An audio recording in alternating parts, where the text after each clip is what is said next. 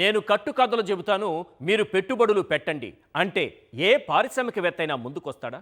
ఎన్నికల్లో చెప్పినట్లుగా ఐటీకి ఆద్యుడిని నేనే, సెల్ ఫోన్ కనిపెట్టింది నేనే, కంప్యూటర్ కనిపెట్టింది నేనే, హైదరాబాద్ను నిర్మించింది నేనే, ఏపీని ఏఐకి హబ్గా మార్చేస్తా, దావోస్ను అమరావతికి తెచ్చేస్తా, ఒలింపిక్స్ అమరావతిలో నిర్వహిస్తా అంటూ కహానీలు చెబితే దాన్ని నమ్మి పారిశ్రామికవేత్తలు పెట్టుబడులు పెడతారా?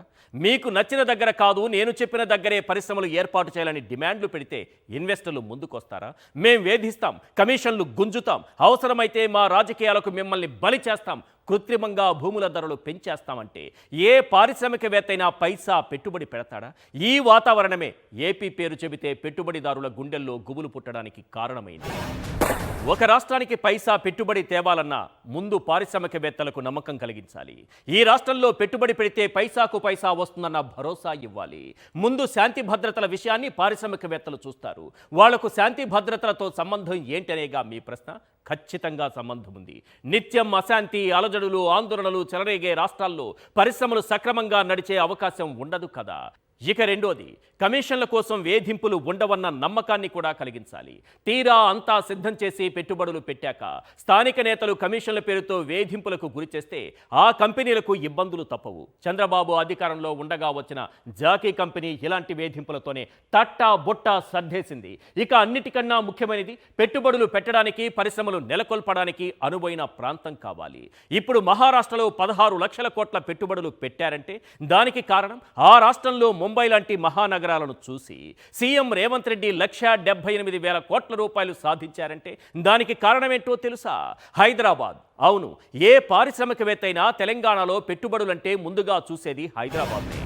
మరి ఏపీలో అలాంటి నగరం ఉందా అంటే ఎందుకు లేదు? భేషుగ్గా ఉంది. అదే విశాఖపట్నం. అన్ని అవకాశాలు పుష్కలంగా ఉన్న నగరం, అందులోనూ అది సాగర నగరం. కానీ దీన్ని ప్రమోట్ చేయడం బాబుకు ఏమాత్రం ఇష్టం లేదు. ఆయన దృష్టంతా అమరావతి మీదే.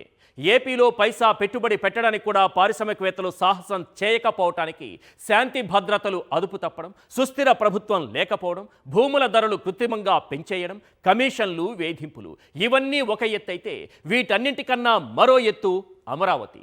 అవును, అమరావతిని చూసి పెట్టుబడులు పెట్టడానికి ఎవరూ ముందుకు రావడం లేదు. అమరావతికి హైప్ తేవాలంటే అక్కడికి పరిశ్రమలు రావాలి. అదే బాబుగారి తాపత్రయం. అయితే పోయి ముంపు ప్రాంతంలో ఎవరైనా పెట్టుబడులు పెడతారా? పెట్టరుగాక పెట్టరు. అదే దావోస్లో కనిపించింది. అది ముంపు ప్రాంతమని వరల్డ్ బ్యాంకే తేల్చేసింది. ఆ ముంపు నివారణకే దాదాపు 10,000 కోట్లు ఖర్చు పెట్టేందుకు చంద్రబాబు ప్రభుత్వం సిద్ధమైంది.